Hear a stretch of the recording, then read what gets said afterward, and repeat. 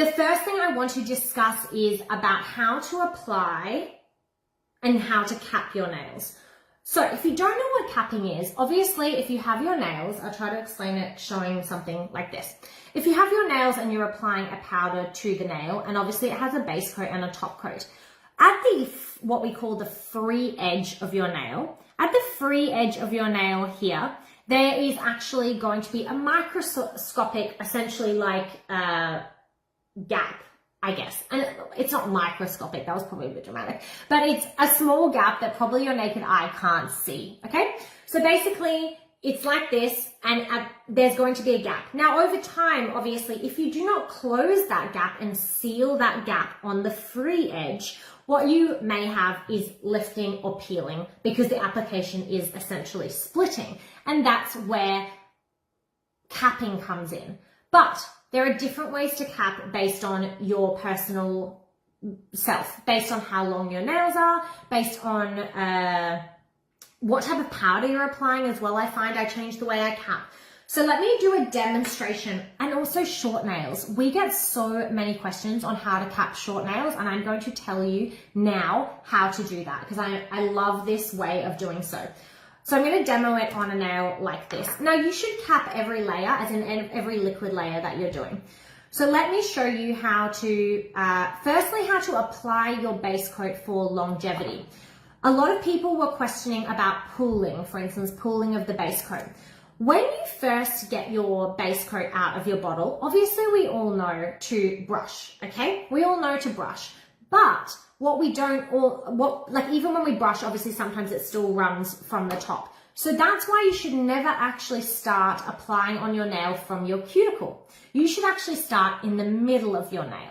So as an example, what I mean by that is the natural reaction of people who've applied streaky, horrible nail polish in the past is to jump straight in to an application from the cuticle. That is when you have the most product on your nail, on your brush. What you should actually do is start your application from the middle, okay? So starting here, and that allows for, if there is any extra application that's actually sitting on your nail, sitting on your brush, it's not going to just run essentially straight to the cuticle. What we want to do is start here, and we're actually going to be brushing backwards. Now, I know this looks really odd, right? What I'm doing, and you think, well, hang on, that's going to create, you know, little curves and all sorts of things. It doesn't, because your nail bed is actually a lot of sort of, I guess, flakes, if that makes sense. And again, that is on a microscopic level. So by starting in the middle, first of all, you're stopping any pooling, because if you do see you've got too much, you can just sort of wipe it away really easily without it getting to the cuticle early. But you're actually going to brush backwards to the cuticle base, okay? Can you see that, okay? Like that. And you're going to apply a little bit of pressure, and you're going to brush backwards to the nail. And this is actually going to get into all of the ridges and create a much better adhesion onto your nail, like so. And that is going to allow you to have increased longevity. Now for capping, there are many ways to cap your nails, okay?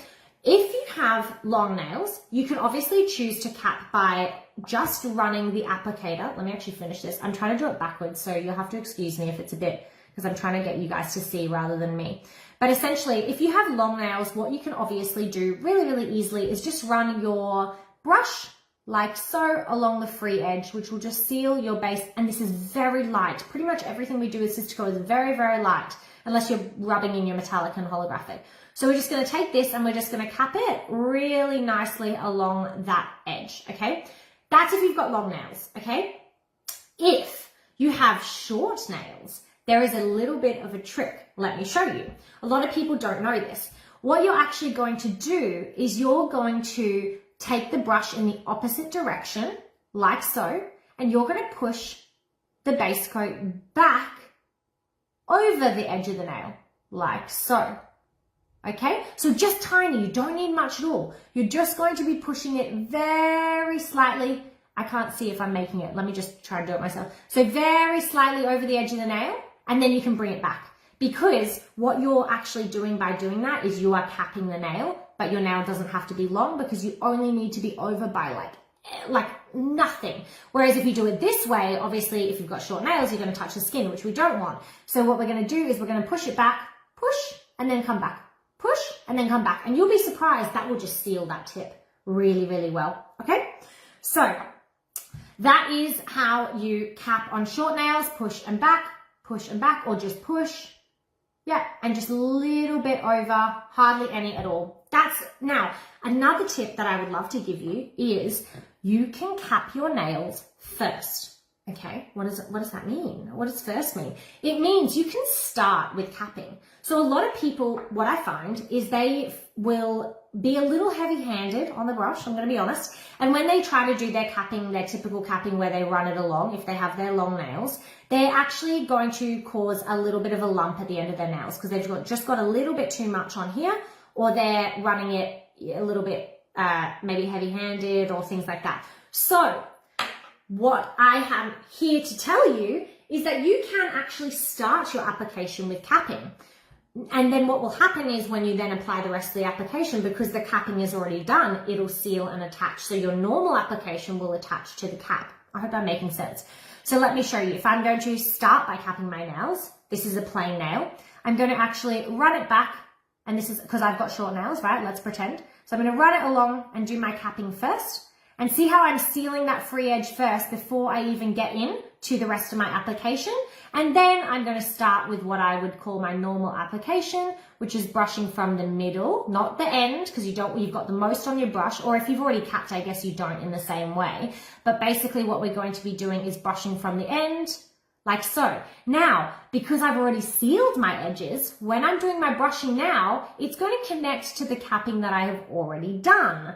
So that is going to create that seal on the nail edge. And I always start in the middle, then I always go down, and I'm going to push it back a little, like I said, into those grooves of the nails, and then down, down, down, down. And now that is a fully capped nail without any lump on the end. Okay. So that is a really easy way to cap your nails. And if your nails are short, turn your brush the other way and push it back. And you want to cap every layer, essentially.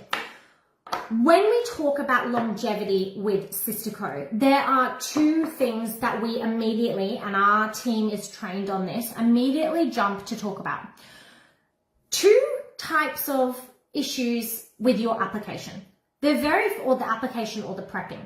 The very first one comes from the base of the nail. So essentially your foundation, let's call it. We all know the songs as they go. If the foundation isn't there, the rest is going to be a problem. So the foundation of your nail is so, so important. But the reason that we don't stipulate exactly how, and as a rule, how to do the foundation of your nail and your prepping is because we allow everyone to be different. We allow everyone to be different, everyone's nail beds to be different. Do you have oily nail beds? Do you have ridges in your nails? Do you have other types of, do you have really dry nail beds? It can go the other way, right? When you go to a nail salon, what they will do is, as a standard with everyone, they will just file your nails significantly, right? We all know that. That's why we're all here, okay? So they will file your nails with a drill all over it because they don't sit down and go with you like, oh, hey, do you have oily nail beds? How much filing do you feel we need? They just do everyone to the nth degree because that is less likely for you to have any problems with chipping or problems like that. But with Sistaco, we advise you to test, try, and find out what works for you because everyone is different. And that may take a couple of tries to say, oh, for instance, me personally, I don't require any significant prepping of my nail, although I have a new product, which it's not that new, but I want to talk to you about that I use for prepping. But when it comes to filing, etc., everyone is going to be different and their needs are going to be different. Oily nail beds will need filing on the surface of your nails. But if you have, other types of nails, you may find that filing is not essential for your nails. So why would you do it if you don't need to? So there's a little bit of a trial and error situation when you first start to see how things go for you. Okay, so if let's say you have peeling or you have chipping, there's two things I want you to look for. The first thing I want you to look for is, can you see the base of your nail? Or can you see color and you can see like peeling more? If you can see the base of your nail, that means instantly your prep is incorrect, or your prep is incorrect for you. So essentially what that means is there's a couple of things that you need to do for prepping. The first is you want to be making sure that your nail beds are, washed with an oil-free soap, dry, etc. Then you want to be actually buffing based on your own personal requirements. And it might take you, like I mentioned a few times, to see what that is. It might be a light buff. It might be a bit stronger. If you've previously been to salons, maybe your nails are a bit more dependent on buffing. So buffing over the surface of your nail, which just looks like this, and you want to just use a light one. I actually do find for this, the nail file that we give with the sustainable nails is really good. Just a light buff over the surface. We're not digging in, we're not drilling, we're just lightly creating a slightly rougher surface for your Sistaco application to adhere to. Then, very, very, very important, and a product that has had rave reviews. Like, we are so blown away with how incredibly popular this product has been, and that is our Perfect Prep, or prep pads. But I think people like using the Perfect Prep a little bit better because it's just another bottle and you just flick it on. It's a little less time consuming. Perfect Prep is essential, and you will find that you will get so much more longevity out of your nails from prepping correctly. What you want to do with your Perfect Prep is you're dipping it in and you're actually going to run that over your nails like so. Again, you don't need to be obviously very specific with this. This just air dries very, very quickly. By running that over, you are creating the perfect base for your application to be free of oils, free of anything that's going to affect the adhesion to your nail plate. Okay, so running that over your nails like so is going to make wonders. We've seen people go from saying, oh, I got, 10 days out of my application to I'm getting 3-4 weeks based on prepping correctly. Okay, so it is like, similar to a primer essentially for creating the best base. So between that and filing the base of your nails based on yourself, you will find that you will increase your longevity. Then capping between the layers. The second thing that I want to talk to you about in relation to your nails is if you can see color. So if you can see color and you're getting splitting in the layers, essentially, then that means that you actually have to reduce the amount of powder you're using. Little goes a long way. Not much. Little. Don't use hardly any. Always you can build up, but there's a second thing. Not only do you want to ensure that you are actually applying a very small amount of Sistaco powder, you also want to always ensure that every single powder step ends with a brush off. And this is light, all light hands, brushing any extra powder away. You will be surprised. You may think, oh no, I only put a little bit on, there's hardly anything there. But trust me, when you go over with that brush, that is going to firm up that color in the base coat and really make it give you longevity. So if you can see splitting in your application and you look down, you can see color, it's not your prep that's the problem, it is how much powder you're applying. Now, this is a very unpopular statement and unpopular opinion, but if you apply a holographic or metallic color using the classic application, and when I say that, I mean apply it to a base coat, you are going to affect your longevity. They are not designed for that application. I know that some people love the sparkles that they give, but we definitely do recommend applying it to a top coat because it makes it really thin and fine. If you apply it to a base coat and you want that sparkly finish, that's fine, but it will, due to the type of powder that we've created, it is going to create a little bit more issues. We have customers that have no problems, but I'm just giving you that little unpopular opinion. Please always try to follow the application instructions based on the color. If you want to play around and you're happy with that, go for it. So that is a little bit about the different ways to increase your longevity. In summary, Perfect Prep, everyone needs this. Apply our base coat in the middle, right? And then we're going to work it back. It stops pooling. If you had too much on, you're not at the cuticle, so it's not going to run on your cuticles, right? Brushing it back, giving it that shimmy. Capping every layer. So cap on short nails is turn the brush the other way and push it slightly over. Cap, you can cap first. Now you want to apply Perfect Prep and you want to buff the surface of your nail to ensure longevity as well. At the end of your application with your top coat, same thing. Please cap it. If you have long nails, cap it by running along the edge. If you have short nails, please push like so. Let's talk about nail care. We have some amazing products. Firstly, I want to talk to you about, because I saw a comment earlier and I said I would get to it, are amazing soaps. So obviously we have the large soap, which is more like a body soap, which I can never keep in my house because my husband uses it consistently. And I have a tip for this. Okay, so someone asked me this the other day. This is basically, you pop your hand under here and you rub, right? And then when it gets close to the bottom, I actually found a little hack. Flip your elastic to the other side. And then because you can start to see the sponge on this side, you can then use the last little bit using it the other way. Oh, you know, I'm just full of these little tips and tricks today. Okay, so with these, basically what you need to do with these is this is for getting rid of excess powder on the edge of your nails, but also this soap is really great for pre-prep, so prepping your nails. So essentially what you want to do with your soap, pop it under your finger like so, so cute, little bit of water, and you just want to rub over, and this sponge part will actually, it always surprises me and shocks me, and I'm sure you've had the same experience if you use our prep pads. I will sit down to do my nails and I will take my prep pads and I'll wipe it over my nails, but I'll be like, oh, do I really need to prep like that? They're clean. I just wash my hands, right? Whoa. When I get this prep pad away from my nails, it's like when I think I've removed my makeup and then I like wipe it with a towel or something and I still see it. The amount of dirt and dust and things that come off my nails, it's funny, washing our hands just like this, it doesn't actually get things off our nails. So we do need to make sure that we're prepping really well with our nails. And again, that means you'll be doing less Sistaco manicures. Although with the ombre techniques I've showed you today, I'm sure you're going to be wanting to do more. So you're going to be brushing over the nail like this in the sink and just cleaning up. And like I said, it's just going to take away any of that extra dirt and dust that you will not believe it's actually in those layers of your nail surface. So that's what you use this for, really amazing. And then at the end, use it again to take away any of the extra powder, just finish off any of that edging, and you'll find that the edging will come very, very clean.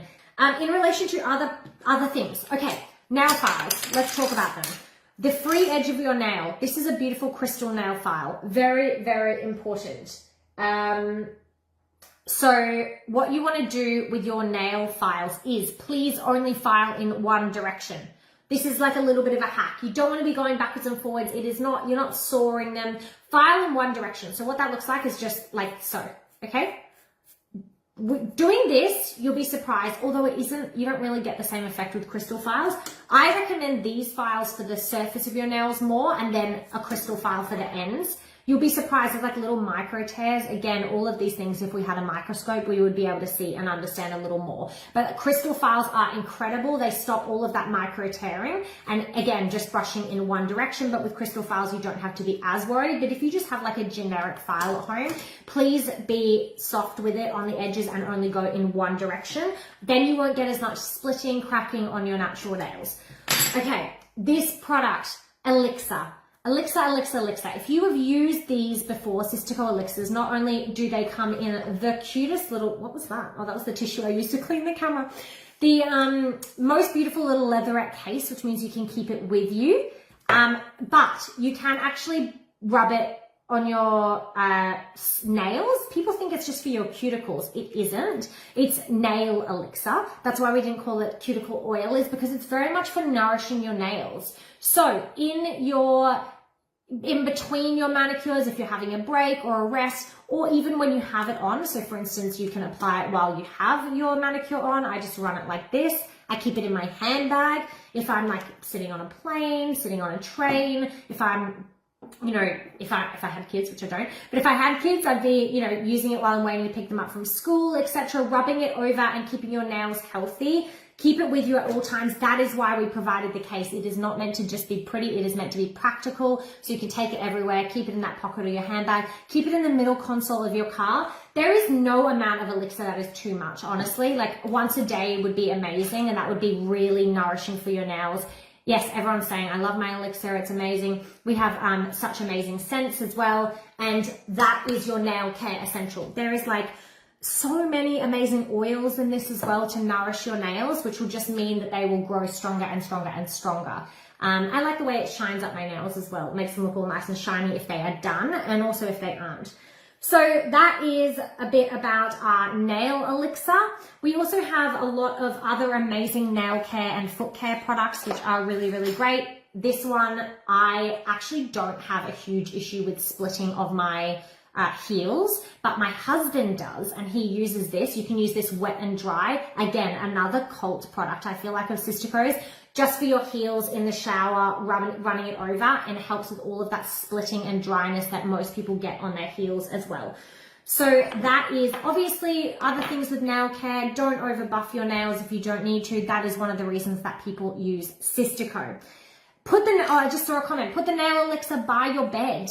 Take it out, pop it in. If you did that every single night and just did that 2 seconds before you fall asleep, you will be shocked at the strength that your nails will have. That is such a fun product. That is such a cool product for growing your nails and your nail care, okay? Is there any questions that I can answer on any of these? Heather says, I haven't been to a salon since I started using this. I love that, Heather. That is exactly what we aim, because I feel like saves you time, saves you money, is so much better for your nails. Thank you so much, everyone. I hope those tips and tricks were helpful, and I appreciate you all, and it was so fun hanging out as per usual, and I will chat to you all later.